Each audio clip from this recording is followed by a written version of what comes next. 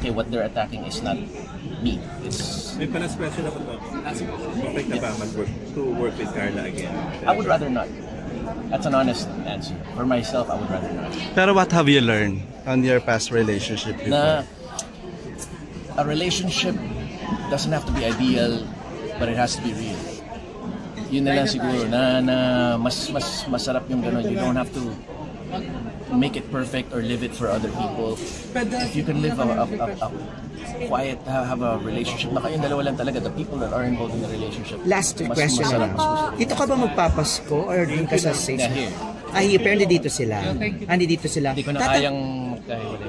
Tatanggap ka ba ng another gay-themed movie ngayong meron ka ng anak? Yeah. Okay. Of course, I have no qualms about it. If the right project, but then as long as it's not parang gimmicky lang, na it's gay for gay's sake, na it's almost disrespectful to the LGBT community. Pero if it's a role like My Husband's Lover, ulit na meaty role talaga, I would in a heartbeat. Yeah. Okay, thank you.